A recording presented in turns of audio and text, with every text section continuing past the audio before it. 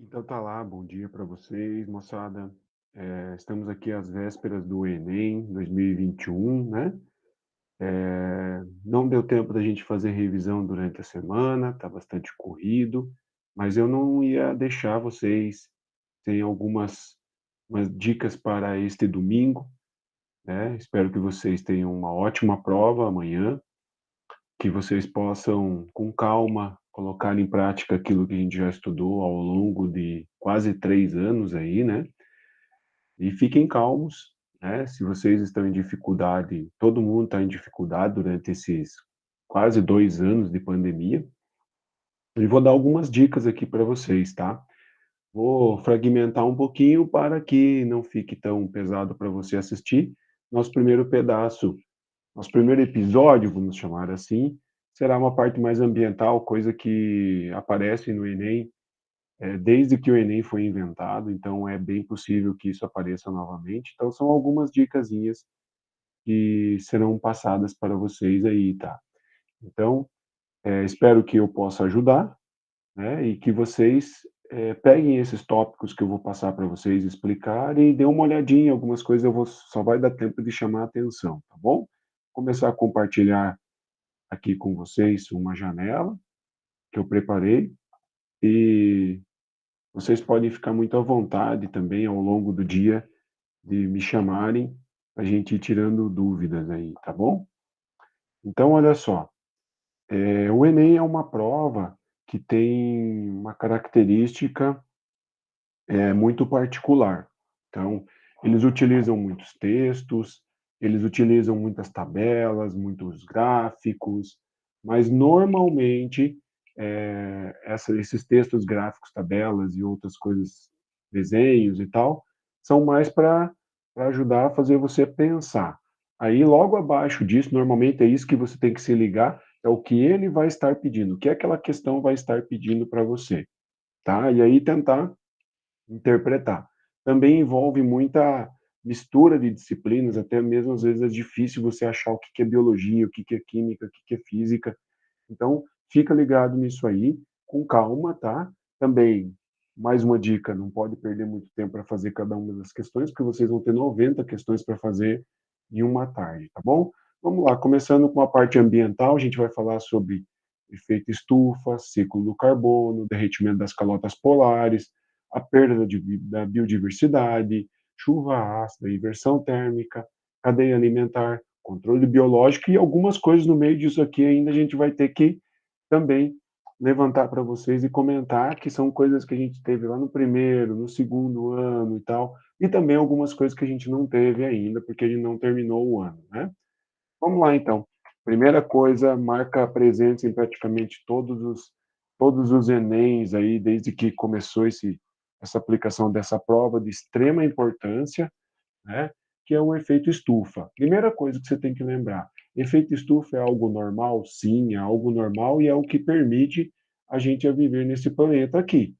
Então, o que que é esse tal do efeito estufa? O próprio nome está dizendo, né?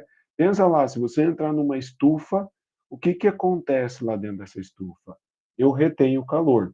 Então, nosso planeta, ele apresenta,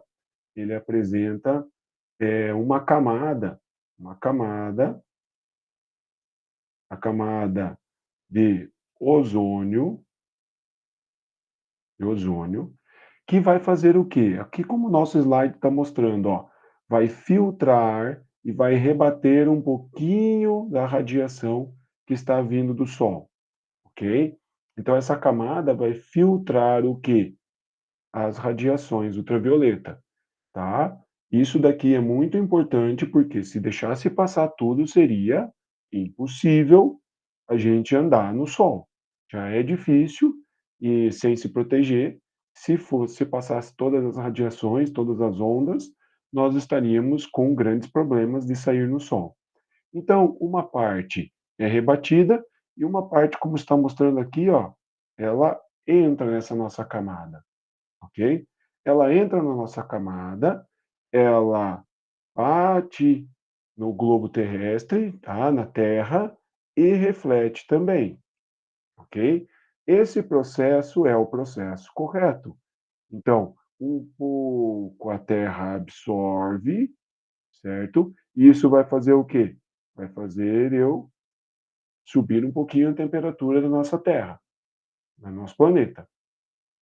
Esse pouquinho que absorve aquece, e o outro que reflete, ele um pouquinho vai ser retido aqui também, tá? Um pouquinho vai ser retido aqui, e o restante vai embora para fora da camada de volta, tá? Esse é o certo. Agora, veja só, quando eu tenho a nossa interferência, quando eu desequilibro isso, através do quê?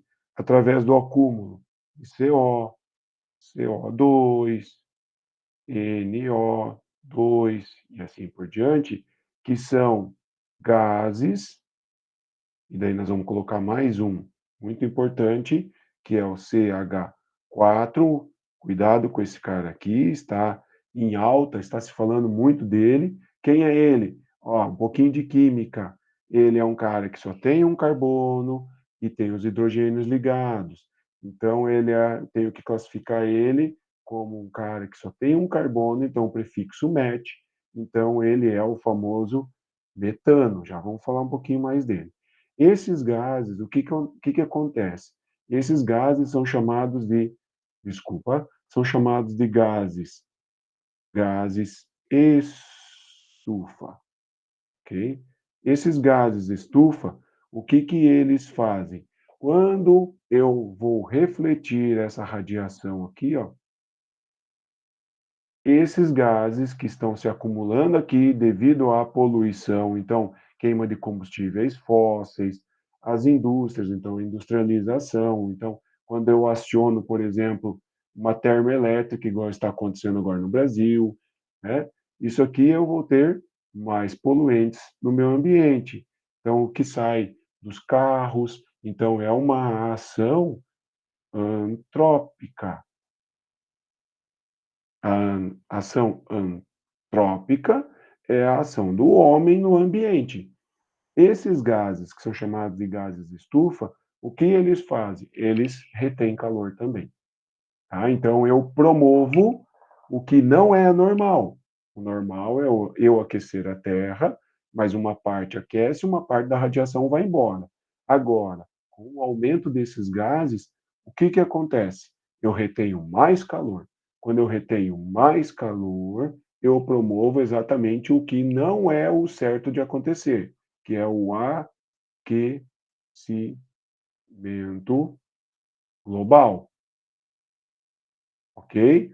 O aquecimento global, que é o problema. O efeito estufa é o certo e tem que acontecer. Então se liga lá, gases estufa, poluição, os carros, por que se fala tanto dos carros? Por que a gente está indo para essa onda dos elétricos e dos híbridos, né? Essa fumaça que a gente tem no ambiente por causa de queimadas, por isso também a preservação. E agora a gente vai falar um pouquinho aonde que eu consigo melhorar isso aqui, tá bom? Vamos lá. Então, quando eu falo de efeito estufa, eu estou envolvendo alguns caras bastante importantes, como, por exemplo, o gás carbônico, certo? Quando a gente está falando de gás carbônico, a gente tem que lembrar do ciclo do carbono. O ciclo do carbono, ele envolve dois processos extremamente importantes e antagônicos, contrários, a fotossíntese e a respiração celular. E daí eu estou envolvendo também o ciclo do oxigênio. Então, o que isso tem a ver com o efeito estufa? Tem tudo a ver, porque lá você viu que é o CO2, que é o gás carbônico. Perfeito, galera? Então, olha o que vai acontecer. Esse gás carbônico, para que ele não fique em excesso no ambiente, qual é o jeito que eu tenho de resolver isto? Eu tenho que promover a fotossíntese, certo? Quem faz fotossíntese? As plantas e as algas. Então, o que essa fotossíntese vai fazer? Eu vou ter o famoso aprisionamento do dióxido de carbono nos tecidos vegetais, tá? Esse dióxido de carbono, ele vai ser capturado na fotossíntese e ele vai ser transformado em glicose. tá? A gente já vai ver a equação lá. Se você lembrar da equação, você entende fotossíntese e resolve bastante questões já. Então, eu vou transformar esse CO2, tá, em glicose. O carbono vai ser utilizado, né? O oxigênio vai ser utilizado. Então, eu vou prender esse carbono na glicose. A glicose nas plantas vai ser utilizada para ela produzir energia, beleza? A respiração celular, a gente já vai ver. Vai ser também utilizada para armazenar, eu vou transformar isso em amido, por exemplo, que é uma reserva energética, é um açúcar grande, e eu também vou usar a glicose para formar estrutura, galera. Estrutura da planta.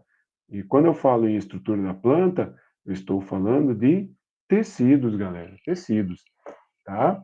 Então, como eu vou formar estrutura, eu vou formar tecido, eu estou aprisionando o dióxido de carbono, eu estou aprisionando o carbono. Aonde? Na proteína, no lipídio, nos carboidratos desta planta, ok? Então, eu aprisiono isso. Por isso, daí a gente fala um pouquinho aqui de uma coisa que está em alta novamente, que nunca se tornou de verdade uma realidade, que é o crédito do carbono, o crédito de carbono, do carbono, que é eu fazer o quê? Eu acumular, como se fossem ações de carbono, vamos dizer assim, saldo de carbono, e eu posso usar isto, vendendo isso para empresas que não conseguem fazer isso. Como é que eu vou fazer isso? Como que eu vou ter esse crédito de carbono? Preservando, ok? Se eu tenho, por exemplo, uma indústria, eu poderia ter uma área de reflorestamento, ou eu poderia ter uma área de floresta nativa sendo preservada, e desse jeito eu estaria evitando que o carbono fosse para o ambiente. Se eu preservo, deixo crescer, deixo desenvolver, eu estou aprisionando o carbono. Então eu poderia mostrar que a minha empresa preserva, né? Eu tenho carbono acumulado, seria um banco de carbono, ou eu posso, se eu não tenho uma empresa, então eu não tenho que compensar o dano que eu causo, liberando poluentes para o ambiente, eu poderia estar vendendo isso para outras empresas. Então, cuidado com isso, ok? Agora, a respiração celular. O que que a respiração celular faz? Na respiração celular, eu vou pegar a glicose, certo? Ela vai entrar nessa respiração, vai entrar também o O2 e eu vou ter produção do quê? De ATP. ATP, o que é ATP? ATP é energia. Grande problema disso, mas não tenho o que fazer muitas vezes, a não ser se eu controlar a população. Eu tenho a liberação de CO2, ok? Então os processos vão ser contrários. Vamos ver ali, ó. Então, galerinha, ó, a equação da minha fotossíntese, o que é que eu pego? Olha lá, ó, o CO2 que foi liberado na respiração, eu capturo na fotossíntese. Eu pego água e eu formo glicose. O que que eu jogo de volta para o ambiente, para a atmosfera? O oxigênio, certo? Então, se você lembrar da equação, que tem dióxido de carbono, água, forma glicose, libera a água de volta, que é o que sobra do processo, e o oxigênio, aí você consegue lembrar que fatores que interferem aqui na minha fotossíntese, tá? Lembrando o seguinte, um troço irrelevante é pedir, mas eles às vezes pedem. Esse oxigênio vem da onde? Vem da água, tá? Mais uma questão que eles pedem muito. Quem que faz isso? É uma organela chamada de cloroplasto, ok? Vamos lá, para outra, nosso processo antagônico. Então, a glicose foi produzida na fotossíntese, ok? E essa glicose aqui eu vou utilizar para produzir os ATPs, as energias, aqui, as moléculas energéticas. Então, aonde que acontece isso? Na nossa mitocôndria, ok? O que é que eu preciso para fazer isto? Eu preciso ter um aporte apenas, presta atenção, apenas na última etapa eu preciso de oxigênio. Lembra lá, ó, o oxigênio livre, que nós temos livre, veio lá da fotossíntese. Então, ele vai entrar na última etapa, que é chamada de cadeia respiratória ou fosforilação oxidativa lá na minha mitocôndria. Só aqui que eu uso oxigênio. Problema: nesse processo eu tenho a liberação do CO2. Então eu tenho que manter um equilíbrio, eu tenho que ter um equilíbrio entre fotossíntese e respiração celular. Eu tenho que ter um equilíbrio na quantidade de CO2 no ambiente e a quantidade de O2. Assim eu mostro para você que a fotossíntese e a respiração celular estão em equilíbrio. Problema que com a industrialização, né, eu tive uma liberação muito maior de CO2 para o ambiente. Por quê? Porque eu tenho indústrias, eu tenho carro, eu derrubei florestas também, queimei florestas, eu tenho que acionar muitas vezes usinas termoelétricas, e com isso vem mais um detalhezinho. Como eu consegui evoluir nos processos industriais, produção de alimento e tal, o que aconteceu com a população? A população mundial aumentou, tá? Então, isso também é uma grande interferência ambiental, beleza? Só para fechar, primeira etapa da respiração celular, né, que nós vamos ter, se chama glicólise. A segunda etapa, cadeia respiratória. E a terceira, desculpa, gente, segunda etapa, ciclo de Krebs. Terceira etapa, cadeia respiratória. Ok? Vamos lá, para o próximo. O nosso slide já mostra uma questão que nem precisa muita explicação, né? Mas que às vezes cai no Enem, aí aparece no Enem para você. Aqui nós estamos mostrando o derretimento das calotas polares, correto? Derretimento das calotas polares devido ao aquecimento global, ok? Então eu devo lembrar lá, ó, se eu tenho aquecimento global, aumento da temperatura do ambiente, eu promovo o derretimento das calotas polares. Com isso, eu tenho a possibilidade de elevar o nível dos oceanos, então eu vou ter mais água disponível nos oceanos, então isso vai subir, então as cidades que estão no litoral, provavelmente elas vão sofrer alagamentos, já vem acontecendo isso. A outra coisa que eu tenho é um impacto extremamente pesado no ambiente das calotas polares, tá? E colocando várias espécies em risco. Então, nós temos a perda da biodiversidade por causa disso também. A outra questão é quando eu tenho esse aquecimento global e eu tenho o derretimento das calotas, o que que vai acontecer? Eu também tenho a liberação de gases que estão aprisionados neste gelo e também a liberação de bactérias, principalmente até mesmo vírus, pode ter até fungos que estão presos nesse gelo.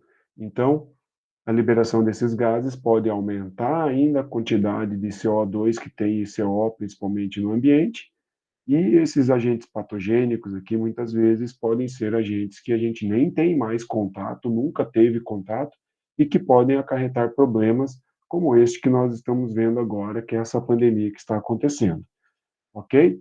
Eu deixei de falar lá, eu vou falar aqui nesse slide, tem a ver com aquecimento global, que é a questão do metano, tá? Se liga no metano. O metano é um cara que é muito discutido, principalmente na pecuária.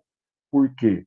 Porque o gado, sendo um ruminante, ele tem uma liberação bastante grande de metano, tá? Do gás metano no arroto e nos puns, vamos falar assim. Então, tem um questionamento bem grande que essa produção, essa criação de gado em grande escala, né, que nós estamos tendo, exatamente voltando no slide anterior ali, do aumento da população, eu também vou aumentar o metano. Então, constantemente estão, fe, estão sendo feitos acordos e estudos para diminuir esse metano no ambiente, até mesmo melhorando a digestão do gado através de uma pastagem de melhor qualidade, a colocação de aditivos para diminuir a produção desse metano no trato digestório desses ruminantes, para tentar diminuir a liberação dele para o ambiente. Tá? Há um questionamento se realmente é tão relevante assim e tal, mas entraria também uma questão assim: eu tenho um plantel de ruminantes, de bois, e eu poderia ter a preservação de uma área de mata nativa ou até mesmo de reflorestamento lá, voltando lá nos créditos de carbono, ok? Vamos para frente. Então, quando a gente fala nesse desequilíbrio ambiental, eu tenho que cuidar com a perda da biodiversidade. Tá? Se eu mudar a temperatura, eu vou ter provavelmente impactos bastante grandes na diversidade e muitas espécies não vão conseguir se adaptar e vão acabar entrando em extinção. Né? A outra questão é desmatamento, eu acabo com o habitat desses animais, eles também vão morrer. Vocês viram que nós tivemos queimadas extremamente importantes, importantes no sentido de grandes, né? Da gente prestar muita atenção, muita mata nativa acabou sendo destruída no Brasil, né, esse ano, e essas queimadas não são normais. Queimadas, por exemplo, no cerrado são normais. É uma espécie, são espécies que estão lá que são adaptadas a isso, mas não são normais terem tantas e com a proporção que se tomou, tá? Então aí a gente já vê mais alguma coisa que chama atenção nessa questão do desequilíbrio e nós vamos ter perda de biodiversidade. Perda da biodiversidade também é importante para nós enquanto homens, né? Homens, Homo sapiens, porque muitas coisas que nós usamos hoje de medicamentos e várias outras coisas vêm principalmente das plantas, outras coisas vêm de animais. Então a perda da diversidade é péssimo para nós e também vai gerar um desequilíbrio, né? Vamos pular um slide, depois a gente volta nesse aqui, porque vai gerar um desequilíbrio aqui na cadeia alimentar, né? Então, a perda da biodiversidade, se eu tirar o ratinho aqui, ó, alguém vai sentir falta do ratinho, né? Não somos nós, né? Porque a gente não gosta da brincadeira, a gente. Então, ó, o que que vai acontecer? Eu vou quebrar essa cadeia alimentar. Para a gente lembrar de cadeia alimentar, eu sempre tenho um produtor, e o produtor é o cara que faz o quê? É o cara que é com característica autotrófica, tá? Ele produz seu próprio alimento, então ele vai fazer fotossíntese nesse caso. Cuidado que tem outro tipo de autotrófico, tá? Que são os sintetizantes ou fotoquimiosintetizantes. Mas as plantas e as algas são autotróficas e fazem fotossíntese. Então, esse é o primeiro degrauzinho da nossa cadeia alimentar. É um produtor. O produtor, ele vai ser consumido. Então, nós vamos ter ali um consumidor. E esse consumidor vai ser o primeiro, ou seja, o que come o produtor. Então, ele é consumidor primário ou de primeira ordem. E os consumidores são sempre organismos heterotróficos, ok? Se esse é o de primeira ordem, esse daqui vai ser o de segunda ordem ou secundário. E esse vai ser o de terceira ordem ou terciário. Então, a cadeia alimentar sempre vai ter um produtor, os consumidores e, para finalizar ou começar de novo, porque é um ciclo, nós temos os decompositores, tá? Cuidado com isso aqui, porque daí eu posso tornar esse slide bem simples ali, né? Que é produtor, consumidores e decompositores, em uma teia, teia alimentar, que é misturar várias cadeias e aí eu vou ter teias, ok? Outra coisa que a gente relembra aqui é nível trófico. Então, eu começo lá no produtor, eu vou ter o primeiro nível trófico, aí eu vou somando mais um. Então, segundo nível trófico, lembrando que trófos é alimentação, né? Terceiro nível trófico e quarto nível trófico. Decompositor entra? Não entra. Ok? Assim a gente volta ali de novo para a nossa questão mais ambiental, para a gente fechar com dois assuntos que sempre apareceram também, pode ser que apareça de novo, que é a questão da chuva ácida, tá? Que isso acontece quando eu tenho a junção dos poluentes com água. Então, eu tenho os poluentes mais H2O.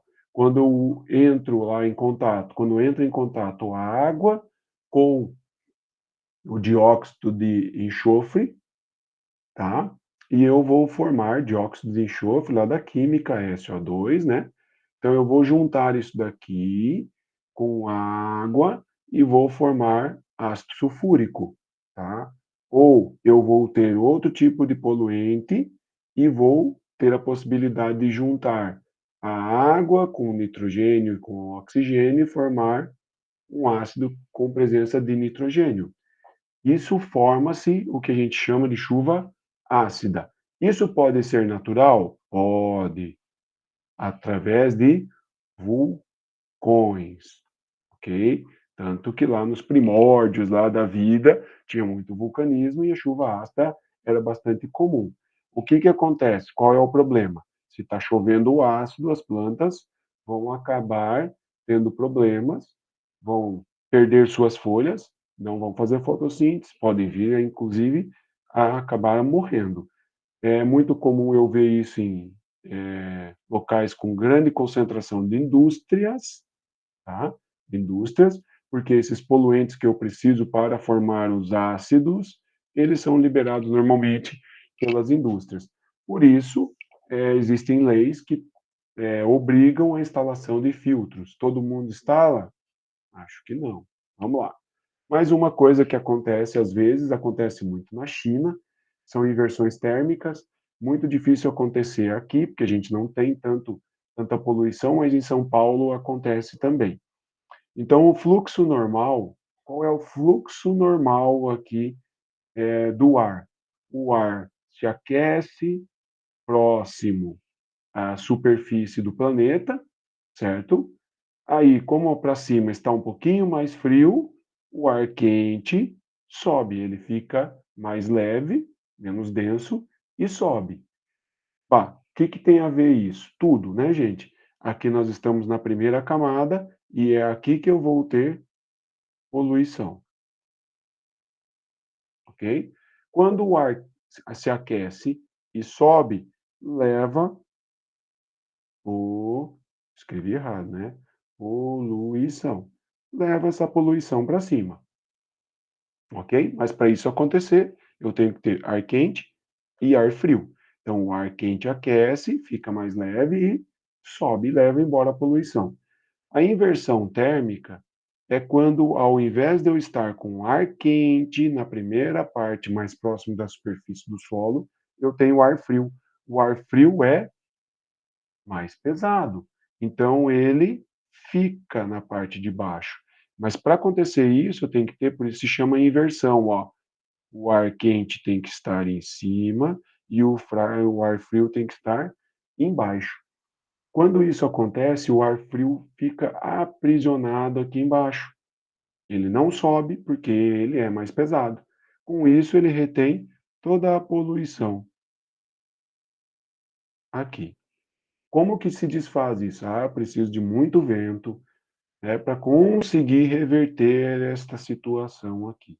Então, às vezes, você vê toda a poluição ficando na parte mais baixa, inclusive em contato com a população. Ok? Vamos lá. Seguindo. Mais uma coisa da parte ambiental está sendo falado há muito tempo, está cada vez mais forte, que é o controle biológico. Lembra que aqui a gente aplica o conhecimento que a gente falou agora há pouco de cadeia alimentar, cadeia alimentar, ok? Então, quando a gente fala em cadeia alimentar, é um organismo comendo o outro naturalmente. Então, isso a gente chama de controle biológico clássico. Aqui está uma joaninha muito bonitinha, todo mundo adora ela, acha, mas olha aqui o que ela está fazendo. Ela está se alimentando de pulgões. Então, eu posso colocar agentes de controle biológico, soltar eles no ambiente, então eu crio eles e solto no ambiente para eles comerem as pragas, ok? Então, isso é controle biológico clássico. Eu posso também promover que o meu ambiente, ele mesmo vá se equilibrando, eu vá tendo comportamento de manter o equilíbrio no meu ecossistema, e assim eu vou ter naturalmente inimigos naturais no meu ambiente. Agora, isso acontece em, do plantio de soja, milho, de modo geral, não. Por quê? Porque eu uso bastante eh, agrotóxicos, agroquímicos, tá? Então, quando eu faço isso, eu quero controlar, por exemplo, o pulgão, eu mato o pulgão, mas normalmente mata-se também o inimigo natural. Então, eu não tenho um equilíbrio. Hoje eu estou tendo uma economia um pouco mais verde, a gente chama assim, né?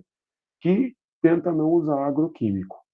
Então, eu libero organismos de controle biológico, como fungos, bactérias, até mesmo vírus, insetos que são inimigos dos outros insetos, ou seja, eles se alimentam, cadeia alimentar, inimigo no bom sentido, ele está se alimentando, e assim ele vai controlando. E aí eu tenho o controle, o famoso controle biológico, que é uma realidade bastante pesada nos últimos anos no Brasil aí, o que é muito bom, tá? Mas a pressão que está acontecendo é porque países ricos não estão mais comprando a soja ah, que tenha o uso de agroquímico. Então, nós temos hoje empresas internacionais trabalhando no Brasil e agricultores aí que estão mudando o seu perfil para um perfil que respeita um pouquinho mais a natureza e que usa controle biológico. É fácil? Não, mas o valor agregado é muito maior, ok? Vamos lá. Mudando completamente de assunto, mas não tanto porque a gente continua em biologia, a citologia e imuno. Eu acredito muito, muito, muito, muito que vai cair questões falando sobre vacina, sobre soroterapia, sim. A gente viu na prova da semana passada que nós tivemos algumas questões ali, inclusive se posicionando contrário ao pensamento atual do governo. Então, é possível que nós tenhamos falando de vacina, falando dessas tecnologias que existem de vacina, sim, né? Porque realmente o corona colocou a gente para trabalhar na ciência e valorizar a ciência, apesar da gente ver ainda a desvalorização dela, mas aqui nós vamos, eu acredito muito que a gente vai ter questões falando sobre vacina, sim, mesmo que seja para cutucar o governo, porque merece também.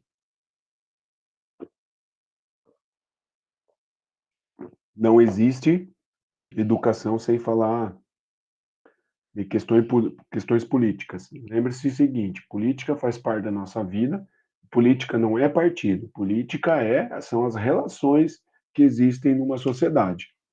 Então vamos lá, gente. Quando a gente fala de vacina, que a gente precisa entender o seguinte: o que a gente está tentando fazer quando a gente usa uma vacina? Nós estamos tentando prever o futuro, vamos dizer assim, ou eu me prevenir contra um futuro que não pode ser tão bom. Vacina é uma coisa que existe há muito tempo.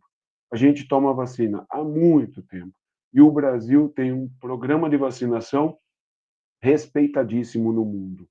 Tanto é que vocês estão observando que a gente já passou os Estados Unidos em vacinação, apesar da gente ter começado bem depois, porque ficaram com aquela história de não comprar vacina, toda aquela história que a gente já conhece muito bem, ridícula, né? Então, olha o que acontece. Eu tenho que ter uma relação antígeno-anticorpo. Ou seja, para cada antígeno eu tenho que ter o anticorpo específico, ok? Antígeno é uma proteína, anticorpo é outra proteína, tá? Que eu vou, que vai ser produzida em resposta ao antígeno, alguém que entrou em você que é estranho e não pode mais ficar ali. Então aqui nós temos exemplos, ó. Nós temos o sarampo, ele vai ter o antígeno dele, a proteína dele, que o meu corpo vai reconhecer e vai produzir um anticorpo em resposta a isso, para neutralizar o causador do sarampo. Aqui nós temos outro, ó, outro patógeno que é da gripe, um vírus, né, da gripe. Então ele vai ter também esse antígeno, tá? E eu vou produzir um anticorpo em resposta a ele, mais um da catapora, né? Então, o que que eu estou tentando fazer? Exatamente o nosso quarto desenho aqui, ó. Nosso quarto desenho. Aparece um patógeno, certo? E eu não tenho anticorpo. O que que vai acontecer? Esse patógeno vai causar grandes problemas para você, que é o que a gente tem visto hoje com o coronavírus. Um novo patógeno, um vírus de RNA, né, invade o nosso corpo. Como nós não tínhamos anticorpos para ele, ele acaba se dando muito bem dentro dos seus hospedeiros, o seu hospedeiro, que somos nós, ok? Então, este patógeno eu preciso criar um anticorpo para ele. Ok? Como que eu vou fazer isto? Então, ou eu vou entrar em contato com o patógeno e produzir um anticorpo, ok? Isso vai ser a minha imunização ativa, natural, ou eu vou usar vacina. Se eu usar vacina, continua sendo natural, desculpa, continua sendo ativa, porque eu vou produzir os anticorpos, ok? Mas eu forcei isso através de uma vacina. Então, ela vai ser artificial. Então, natural quando eu entro em contato com o patógeno de forma natural, ok? Agora, quando eu aplico uma vacina, vai ser artificial. No entanto, nos dois casos, eu estou produzindo anticorpos. Portanto, é uma imunização ativa. Então, olha só, como que eu posso fazer essas vacinas? Isso surgiu muitas dúvidas aí, vão juntando com o que a gente está vivendo, tá? AstraZeneca dá mais reação, Pfizer dá menos reação, Coronavac menos reação, blá, blá, toda aquela história. Então, se liga o seguinte: o que faz isso é o tipo de tecnologia que eu fiz para produzir a vacina. Então, eu posso usar o próprio vírus causador da doença atenuado, enfraquecido, tá? Para fazer a vacina. Então, eu vou aplicar ele em você e você vai dar uma resposta a esse patógeno que entrou, tá? Esse é um jeito. O outro jeito que eu tenho é pegar uma partezinha só desse cara, tá? Pedaços, fragmentos, e eu vou ter uma resposta a isso. A outra questão que eu posso fazer, que é uma tecnologia mais nova, é eu pegar o material genético desse vírus causador ou desse agente causador da doença em mim, colocar em um outro vírus ou outro vetor, que a gente chama, e aplicar em você. O meu material genético, desculpa, o meu sistema imunológico vai reconhecer o material genético do vírus, que está lá dentro de outro carinha, não o original, ok? Então, deste jeito, eu tenho três possibilidades. O cara que causa a doença mais enfraquecido, um pedaço dele, só partes dele, para o meu sistema reconhecer, e ainda eu tenho a tecnologia de usar o material genético, que é a tecnologia mais evoluída, mais avançada, tá? Então, esse cara aqui, ele vai dentro de outro agente, não o original. Então, nós temos essas vacinas aí que podem ser utilizadas. Muito bem. Outra coisa que pode aparecer, porque a gente também tentou fazer isso e vem tentando fazer isso com o corona, mas é de largo conhecimento nosso a utilização de soros, tá? E daí a pergunta é: o que é vacina? O que é soro? Então, olha só, vamos lá, gente. Quando a gente fala em vacina, eu estou colocando o agente causador da doença em você, ou um pedaço dele, ou o material genético dele só, ok? E você vai reagir. Então, em vacina, você tem uma imunização ativa. Ativa.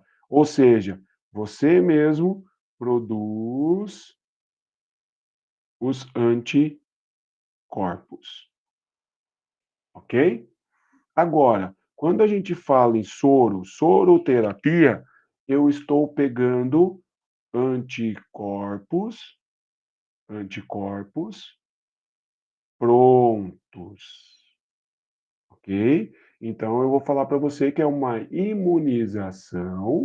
imunização chamada de passiva, porque eu não vou trabalhar para produzir nada.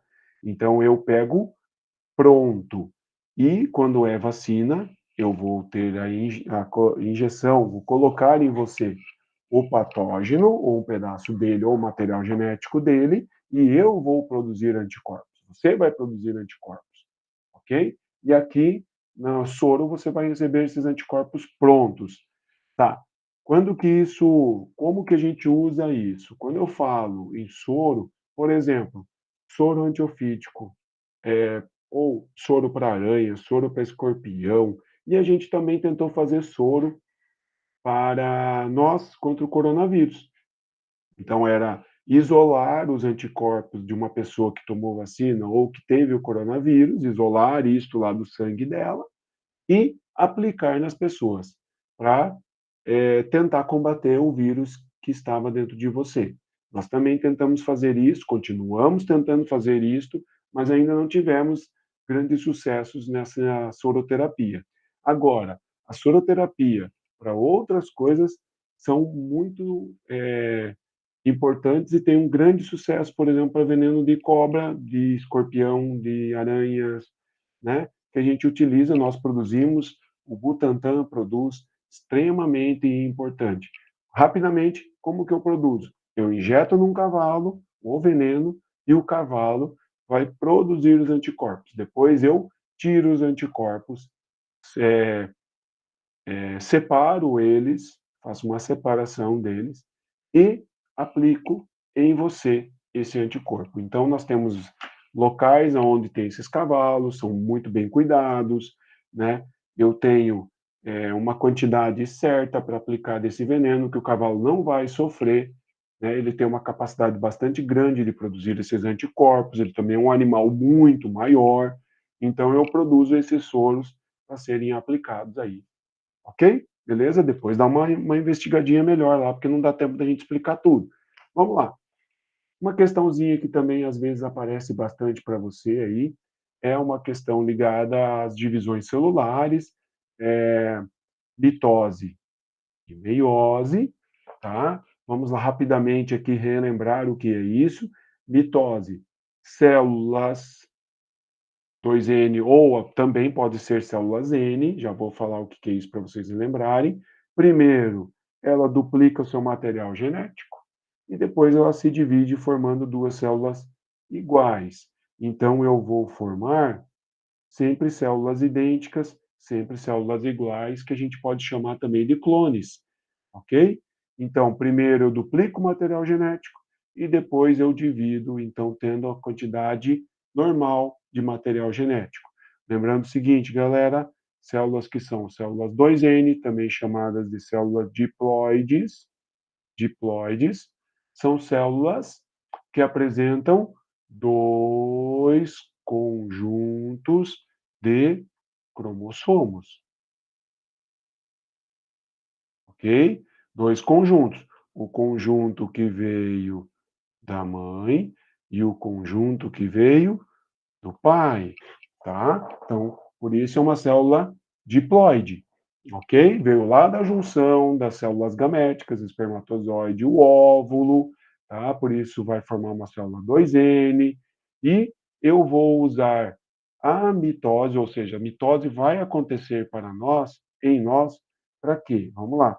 Crescimento, crescimento, reposição celular, cicatrização, tá? Então, eu sempre vou formar células iguais, células iguais. Agora vamos lá. Segundo ponto desse slide aqui é a meiose. Meiose, o nome está dizendo para mim, é quando eu faço o quê? Divido o material genético ao meio. Então, eu tenho uma célula 2N, eu vou duplicar o material genético até aqui, tudo igual, né? Eu vou ficar com uma célula 4N temporariamente, divido ela em duas células 2N. Se parasse por aqui, seria mitose, seria igual. Mas eu não paro por aqui. Eu continuo e divido novamente, ó. Então eu vou pegar duas células 2N e vou formar 4 células N. Quando que isso acontece? Isto daqui vai acontecer para a formação de gametas, ok? Para a formação de gametas. Então, é só para isso, ok? Então, vamos lá. Relembrando as fases que a gente tem aqui. Então, eu vou ter algumas fases na minha divisão celular aqui, tá? Então, lá, tem que tomar muito cuidado, antes de eu falar das fases, aqui, ó, galera, tem uma coisa muito importante que acontece na meiose, só na meiose, chamada de crossing over, tá? O crossing over é quando eu faço uma pequena variação do meu material genético. Tem uma misturinha de material genético do pai e da mãe para que eu possa ter uma diversidade, uma variabilidade maior nos meus gametas, tá? Se vocês pensarem assim, ah, professor, eu tenho irmãos, mas nós somos todos diferentes e vocês vieram todos do mesmo material genético. Como que isso é possível? Exatamente por causa da variação e também o crossing over vai ajudar nisso aqui. Então eu vou ter uma pequena misturinha ali e os materiais genéticos vão, os gametas vão ser sempre diferentes. Tá? Há a possibilidade de ser gametas exatamente iguais? Sim, mas dois gametas idênticos se misturarem, se encontrarem em eventos diferentes de fecundação é uma coisa assim que é tipo ganhar na Mega Sena da virada 300 vezes seguidas, tá? Mas pode acontecer, mas eu nunca vi isso acontecer, ok? Beleza? Seguindo aqui. Finalizando já aqui nosso revisão zona aí, espero que eu tenha ajudado vocês. A gente não pode deixar de falar desse dois caras aqui que são o assunto de evolução, né? O carinha aqui da esquerda, o Charles Darwin, o carinha aqui da direita, Lamarck. Então nós temos que lembrar as leis deles lá, né? Então vamos começar aqui por Lamarck, a lei do uso e desuso e a lei da transmissão